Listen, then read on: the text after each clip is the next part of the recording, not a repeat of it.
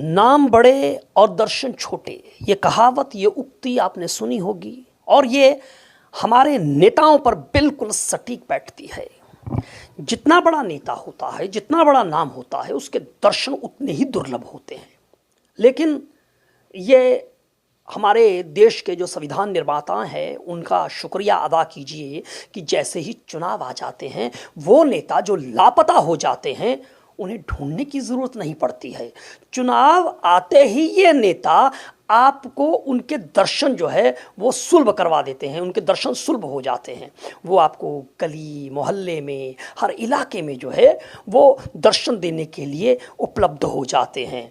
वो नेता जिनके घरों के बाहर आप कतार लगाए खड़े रहते हैं कि नेताजी दर्शन दे दें, जिनको मिलने के लिए आपकी जूतियां घिस जाती हैं, लेकिन वो लापता नेता चुनावों में जो है वो आपको बिल्कुल सुलभ हो जाते हैं उनके दर्शन। अब दिल्ली की बात करें, दिल्ली विधानसभा चुनाव दस्तक दे रहे हैं, लिहाजा तमाम सियासी पार्टियों के नेता, तमाम राजनीतिक दलों के नेता आजकल जनता के बीच में दिखाई दे रहे हैं। चाहे कोई पार्टी हो, चाहे वो दिल्ली की सत्ताधारी आम आदमी पार्टी हो, या फिर विपक्ष में बैठी हुई भारतीय जनता पार्टी हो, या फिर दिल्ली विधानसभा में जिसका कुछ भी नहीं है, जो 0-0 लिए हुए एक भी सदस्य नहीं है, कांग्रेस पार्टी। तमाम नेता आजकल जो है वो जनता के बीच में मारे मारे घूम रहे हैं। अब इसी क्रम में दिल्ली के पूर्व मुख्यमंत्री अरविंद केजरीवाल बड़े नेता हैं, बड़ा नाम है, उनसे मिलने के लिए जो है उनके घर के बाहर आप जाकर देखेंगे तो वहाँ पर लाइन लगी होती है कि लोग उनको मिल ले, लेकिन मुख्यमंत्री जी के दर्शन जो है वो आसान नहीं होते हैं। लेकिन आजकल पूर्व मुख्यमंत्री अरविंद केजरीवाल जब से जेल से बाहर आए हैं, वो जो है वो सड़कों की, गलियों की खाक छान रहे हैं। भाई क्यों नहीं छाने, चुनाव नज़दीक हैं और ज़मीन भी खिसकती हुई नज़र आ रही है, और जड़ें जो हैं वो दिल्ली जो है वो अरविंद केजरीवाल की मुख्य जड़ है। और अगर दिल्ली की जड़ें कमज़ोर हुई तो फिर समझ लीजिए कि आम आदमी पार्टी का क्या हश्र हो सकता है। और यही वजह है कि वह इस स्थिति को भांप रहे हैं कि चुनौती बहुत बड़ी हो चुकी है, लिहाजा अब वो दिल्ली की जनता के बीच में हैं। आज वो दिल्ली विधानसभा का एक कंस्टिट्यूंसी विधानसभा की है जो नांगलोई जाट है, वहाँ पर गए। और नांगलोई जाट में जब दिल्ली के पूर्व मुख्यमंत्री अरविंद केजरीवाल गए तो वहाँ पर उन्हें भारी विरोध का सामना करना पड़ा। बहुत सारे लोगों ने उनको घेर लिया। अब दिल्ली के मुख्यमंत्री अरविंद केजरीवाल ने कहा है, गुंडों ने जो है वो दिल्ली के मुख्य घेर लिया।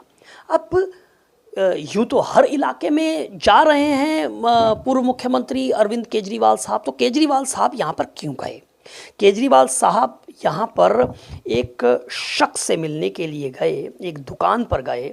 और मैं बता दूं कि ये दुकान जो है वो नांगलोई जाट में, नांगलोई की मार्केट है, वहाँ पर एक रोशन हलवाई की दुकान है। मैं बता दूं कि भाई रोशन हलवाई के समोसे, छोले भटूरे और मिठाइयाँ जो हैं वो काफ़ी पॉपुलर हैं उस इलाके के अंदर। अच्छा खासा नाम है रोशन हलवाई का। हाँ, वहाँ पर हाल ही में कुछ दिन पहले वहाँ पर गोलियां चली और बदमाशों ने गोलियां चलाई और उनसे फिरौती की मांग की।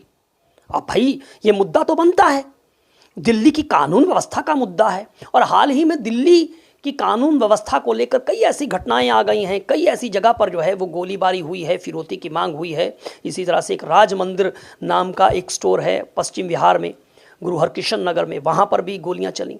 तो अब ऐसी कई घटनाएं जो हुई हैं उसको लेकर दिल्ली के पूर्व मुख्यमंत्री साहब जो है वो उसे कानून व्यवस्था का मुद्दा जो है वो इन दिल्ली विधानसभा चुनाव में बनाने की कोशिश कर रहे हैं और इसको लेकर जो है वो निशाना साधते हुए नज़र आ रहे हैं। क्यों नज़र आ रहे हैं? क्योंकि दिल्ली की पुलिस जो है वो दिल्ली की सरकार के अंतर्गत नहीं आती है।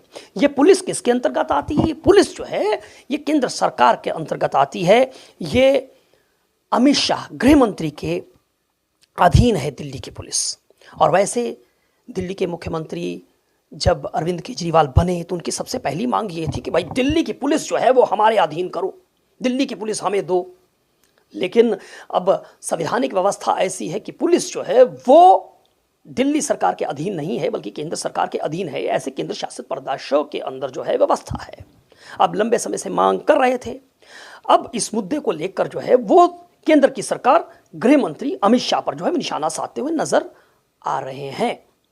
अब इसी को लेकर आज वो रोशन हलवाई से मिलने के लिए पहुंचे, लेकिन रोशन हलवाई को मिलने से पहले ही वहां पर भारतीय जनता पार्टी के कार्यकर्ताओं ने उनका घेराव कर लिया और इसको लेकर जो है वो उन्हें नहीं मिल पाए। अब मैं आपको 2 ट्वीट जो है वो आपको हम दिखाएं तो इस मुद्दे पर जो है वो क्या कहा दिल्ली के पूर्व मुख्यमंत्री अरविंद केजरीवाल साहब ने कहा कि मैं पहले दिल्ली का मुख्यमंत्री था। आम आदमी पार्टी जो कि राष्ट्रीय पार्टी है उसका मैं राष्ट्रीय संयोजक हूँ, जनता के बीच में रहता हूँ, जनता की समस्याओं को उठाना मेरा धर्म है। उसी नाते मैं उनसे मिलने के लिए यानी रोशन लाल से मिलने के लिए आया था। यहाँ बीजेपी ने अपने हज़ारों कार्यकर्ता इकट्ठे कर दिए, मेरी गाड़ी को रोक लिया गया, उनकी दुकान तक जाने नहीं दिया, रोशन लाल जी से मुझे मिलने तक नहीं दिया गया, उनके सुपुत्र को दुकान से निकलकर मुझे यहाँ रास्ते में मिलने के लिए आना पड़ा। जनता की समस्याओं को उठाना मेरा धर्म है। अब यहाँ पर ये तो केजरीवाल साहब ने ये बयान जो है वो मीडिया में दिया, उन्होंने ट्वीट भी किया। अब यहाँ नांगलोई जाट के जो एमएलए हैं, विधायक हैं, जो हाल ही में दिल्ली की कैबिनेट में जो है मंत्री बन गए हैं कैलाश गहलोत की जगह, वही कैलाश गहलोत जिन्होंने दिल्ली की सरकार से, आम आदमी पार्टी से इस्तीफ़ा देकर भारतीय जनता पार्टी का दामन थाम लिया है। अब उनकी जगह पर जो है वो रघुविंदर शौकीन जो हैं वो इस विधायक को जो है, विधायक महोदय को जो है मंत्री बनाया गया है। तो उन्होंने भी, भाई मंत्री हैं तो अब उन्होंने मंत्री साहब रघुविंदर शौकीन ने क्या कहा, आज केजरीवाल जी नांगलोई जाट में एक अपराध पीड़ित परिवार में से मिलने आ रहे थे। पूरे इलाके को गुंडों ने घेर लिया है और पुलिस तमाशा देख रही है। केजरीवाल जी को अगर कुछ आज हो गया तो दिल्ली पुलिस और अमित शाह जी ही जिम्मेदार होंगे। तो साहब ये जो है इस कानून व्यवस्था के मुद्दे को उठाते हुए नांगलोई जाट के विधायक, दिल्ली के नए नवेले मंत्री और दिल्ली के पूर्व मुख्यमंत्री अरविंद केजरीवाल ने जो है वो दिल्ली की कानून व्यवस्था पर जो है वो प्रश्न चिन्ह लगाए हैं।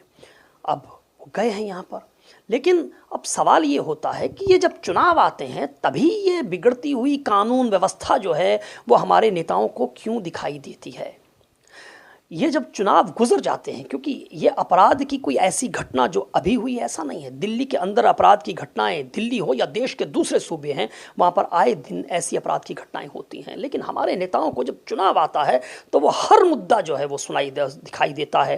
तब पर्यटन शुरू हो जाता है, चाहे वो रेप का मामला हो, चाहे वो हत्या का मामला हो, हर मुद्दे पर जो है वो सियासी रोटियाँ सेकी जाती हैं।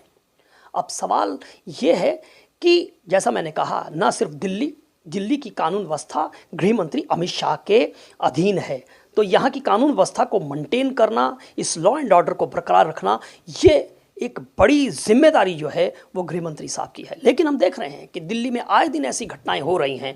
जाहिर है सवालिया निशान तो कानून व्यवस्था पर लगेगा, और विपक्षी नाते, वे सत्ताधारी पार्टी होने के नाते और बीजेपी की ऑपोजिशन होने के नाते ये केजरीवाल साहब अपना धर्म तो निभा रहे हैं, इस बात से कोई शक नहीं है। लेकिन यह धर्म जो है ये राजनीति के प्रति जो धर्म निभाते हैं हमारे नेता, वहाँ तक तो ठीक है, लेकिन जनता के प्रति अपना धर्म कब निभाएंगे। आइए पड़ोसी राज्य पंजाब में चलते हैं, हरियाणा के साथ में बिल्कुल, जरा वहाँ की कानून व्यवस्था पर भी जो है वो थोड़ी सी नज़र डाल लें।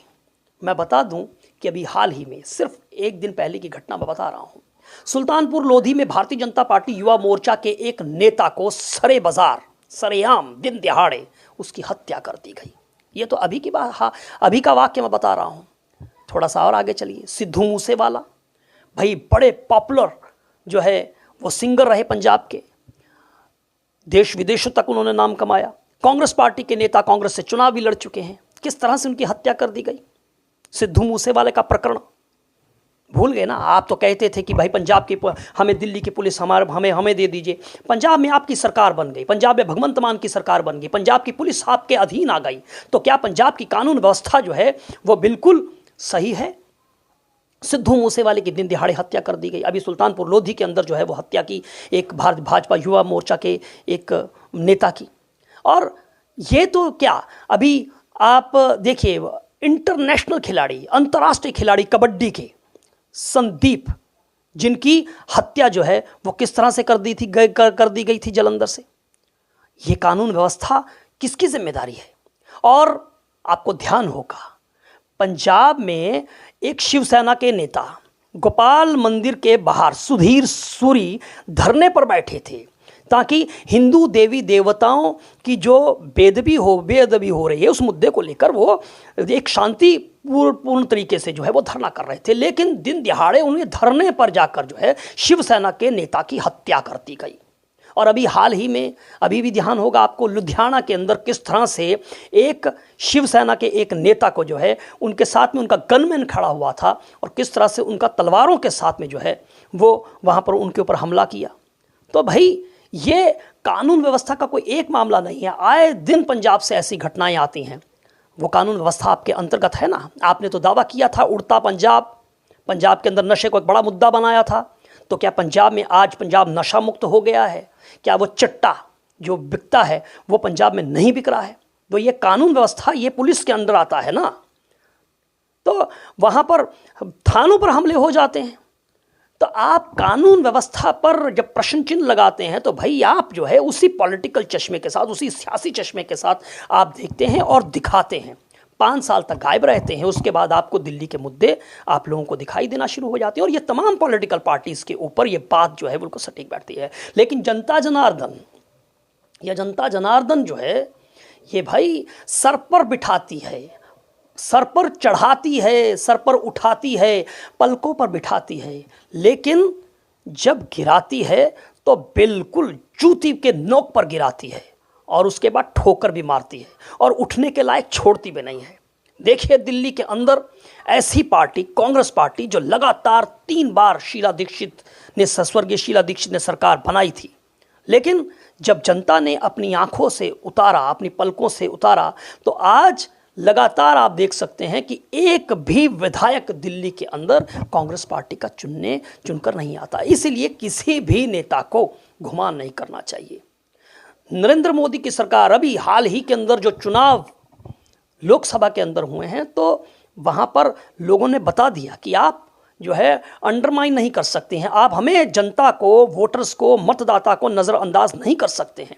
लेकिन उसी मतदाता ने जो है वो हरियाणा के अंदर, महाराष्ट्र के अंदर जो है वो सरकार जो है वो बनाई है, मध्य प्रदेश में, राजस्थान में, तमाम जगहों पर जो है वो सरकार जो है वो बनाई है।